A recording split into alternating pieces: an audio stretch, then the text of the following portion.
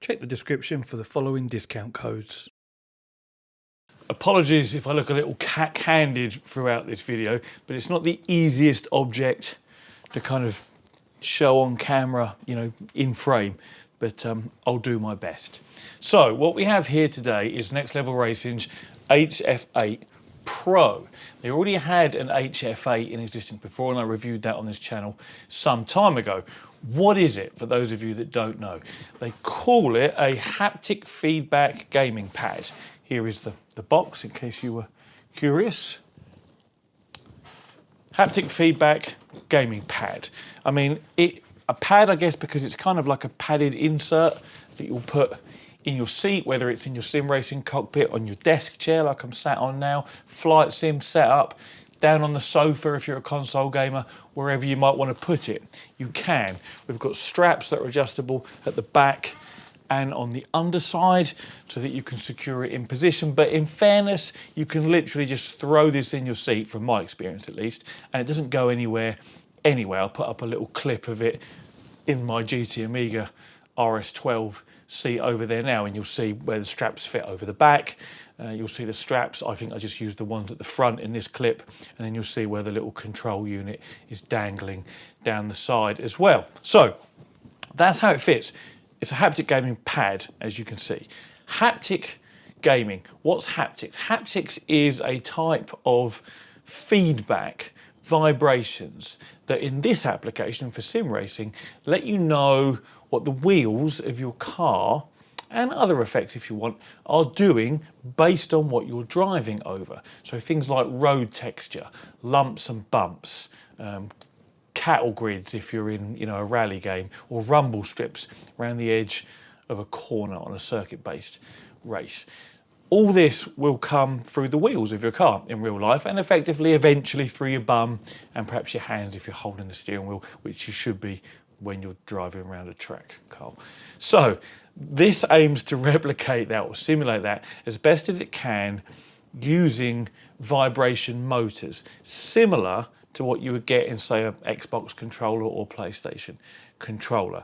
Now, this one is a beefed up version of the original HF8. And from the spec here, we have 200% increased torque. This will be the motor's, you know, ability to spin themselves. 400% more power. I'm guessing that's perhaps equivalent to like volume, how loud or how powerful the vibrations feel. And the motors respond 60% faster as a result of the increased torque and power. And what I can tell you straight away is that is definitely the case. Whether it's exactly what those numbers say or not, I don't know. But this is way more powerful than the first HF8. I had to run this at about, I think, 20% in the software. I'll talk about software in a second, but you've got a little volume control on here, which if you're using it with a PC is like a gain control for the strength of the motors. And if you're using it on console via the audio input, I'll explain the difference in a minute, you plug your audio into here, then it is literally a volume control. So I had this set to maximum, and then I tuned my levels in the software. It's just easier that way, you know where you're at. And I ended up on about 20%. At 100%, it was ridiculous. I was vibrating like crazy. These motors are very powerful. You get a reasonably deep rumble as well, which is quite nice. So it's not like a cheap mobile phone, you know, vibration motor that's high pitched. These are pretty deep. Now, yeah, overall, I was super impressed with what it adds to the sim racing experience for just a simple slimline insert that you just put into your seat. Now, there are other products on the market that do a similar thing. There's the Shake It kit from Sim Racing Studio, and that is a similar design as this, but it's thicker, and it uses tactile transducers rather than vibration motors. Tactile transducers, I'll sum up very quickly, are like a speaker without a cone.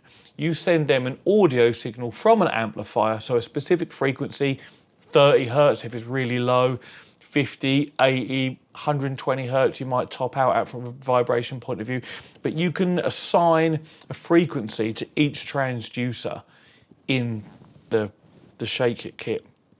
Or if you have tactile transducers bolted to your rig, which I used to run, you put like a big one on all of the four corners to replicate the wheels of the car, maybe one under the seat, perhaps one under your pedals as well.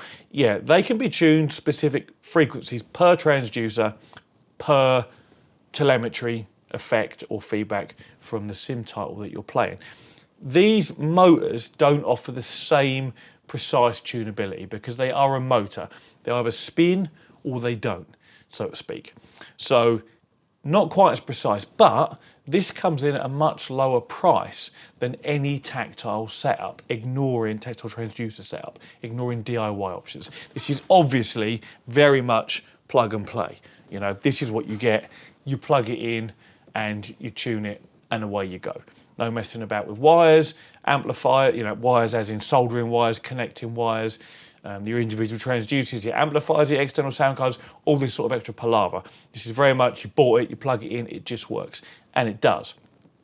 So for that, you do sacrifice the precision of being able to set frequencies like you would with tactile transducers.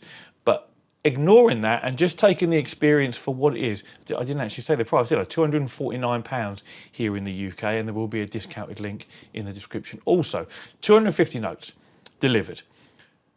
I think that is actually pretty good value for money for what it adds to sim racing, because I've had tactile transducers for years, so haptic feedback in one form or another. And the moment you turn it off, driving just feels so flat and so dull, and you lose that immersion. It's good to feel vibrations if you go over a rumble strip or a cattle grid. Now, it's not just road textures. You can have all sorts of effects. Like if I just sort of have a quick peek at the list here, you can have acceleration and deceleration. This is actually one that I don't mind. It's not a real, it's not a simulation because you can't simulate acceleration and deceleration through a vibration. But what you can have it do is there's 8 different motors throughout this pad. And so when it decelerates, you can picture yourself kind of, you know, pitching forward a little bit as the car slows down in real life this is, and your body is still moving at the same speed it was until that decelerates. So you kind of have a little bit of pressure on your forward thighs, and so you can have the motors in this vibrate under your thighs at the front as you decelerate.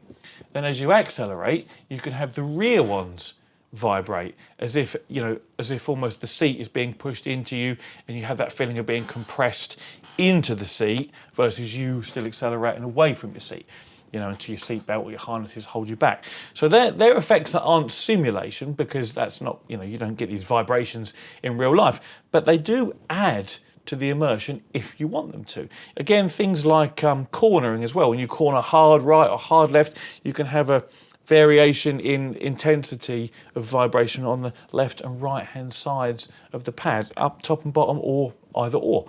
So on top of all the things that are a simulation, i.e. you've gone over a bump, you feel a bump, you can have additional effects as well that are just nice to have if you want them. You don't want to go balls deep and turn every single effect on that's in SimHub, because the whole thing will just be vibrating constantly and it will just be a mess.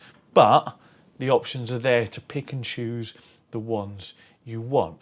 But that's how it works. That's how tactile feedback works, and that's how it's been implemented with these motors here. And as I say, the claims about the 200% extra torque, 400% extra power, this is definitely way more powerful than the previous iteration. And responsiveness, with a motor that's got to spin up and then slow down, a bit like a turbocharger actually, spooling up and spooling down, there's always going to be a delay versus a tactile transducer that acts like a speaker and just responds to frequency. With the original one, the delay was reasonably noticeable. With this, it's definitely an improvement.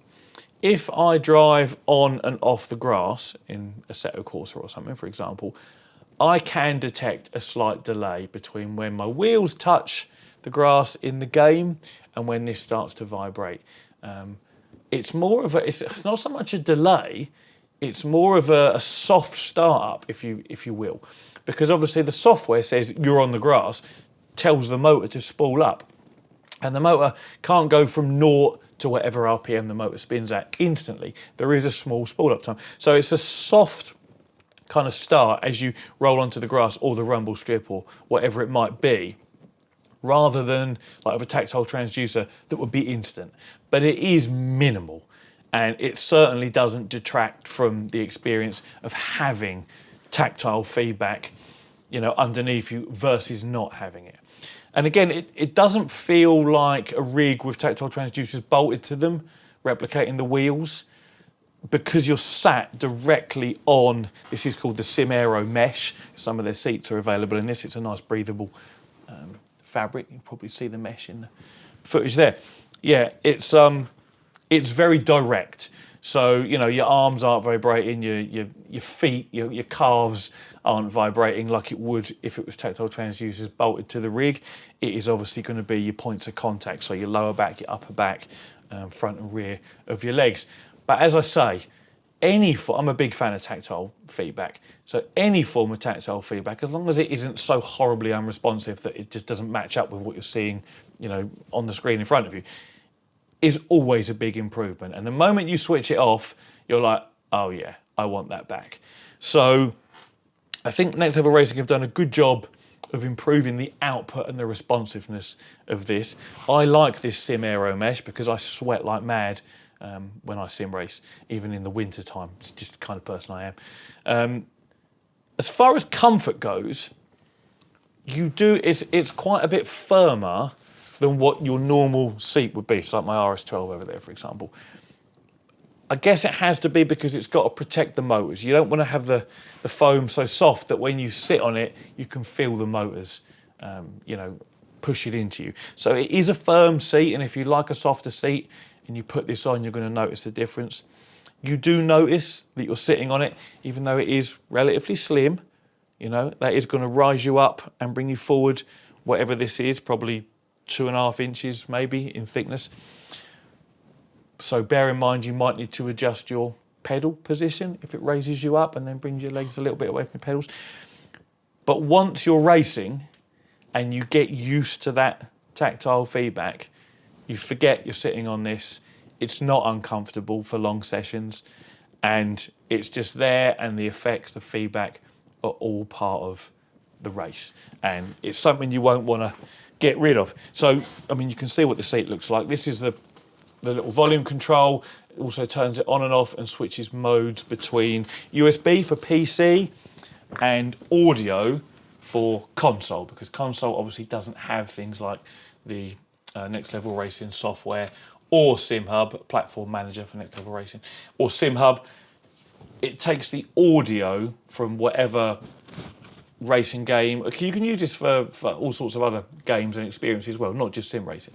It takes the audio and it acts a little bit like a subwoofer, so if there's low frequency sound, it will vibrate accordingly.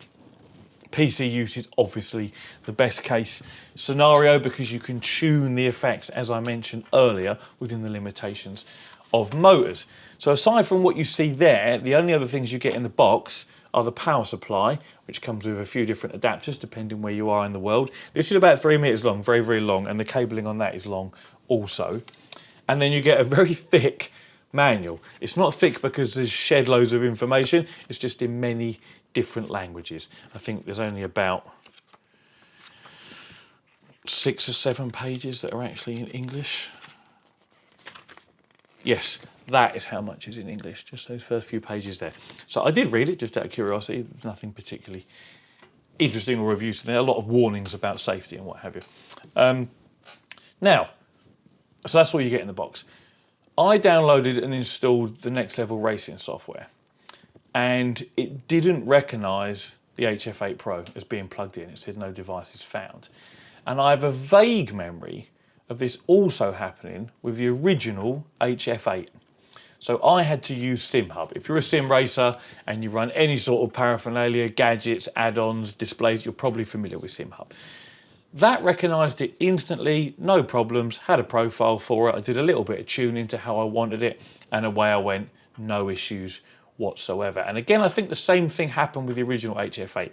So I don't think this is an issue perhaps with Next Level Racing software. I think it's a Carl Gosling's PC issue. And if you run PC, you know they can be funny about certain things. Some things just don't work, even if they work for everyone else, and some things behave weirdly. So for me, whether it's my version of Windows, whether it's my mother, whatever it is, the Next Level Racing software doesn't see the HF8 Pro, but the computer and SimHub does. So there's no drawbacks to that. SimHub is an excellent piece of software for tuning motion systems and haptic feedback and all sorts of other add-ons as well. So just something to point out, if you happen to buy one and the Next Level Racing software doesn't recognise it, just grab yourself a copy of SimHub. It is free, or you can make a small donation to get a fully licensed copy, literally as little as you want.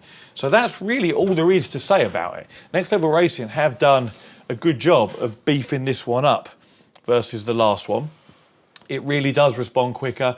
Like I say, the strength of those motors is more than you'll need. I ran it at about 20%. So I like the Sim Aero mesh. I liked it on their seats. I like it on this. It's slim, it fits on without any problems, and assuming you've got SimHub or a PC that likes the Next Level Racing software, it works without issue too. Of course, the audio side of it works just fine because you just plug in audio in and it vibrates based on the sound coming out of the game. So this gets a thumbs up for me. If you want an easy plug and play tactile solution that just works, this does just that. It's not as good as more expensive tactile transducer setups, but they often come with additional DIY complications, or you buy the Shake It kit from Sim Racing Studio. But again, I think it's pretty much double the price or very close to it. So, you know, if your budget is $250, the original HF8 I think is now $179, so $180 in pounds. So this is £70 more. But if you can afford it, I would definitely get this one over the original one. The difference is very, very noticeable. So, as always, thank you very much for watching, and take it easy.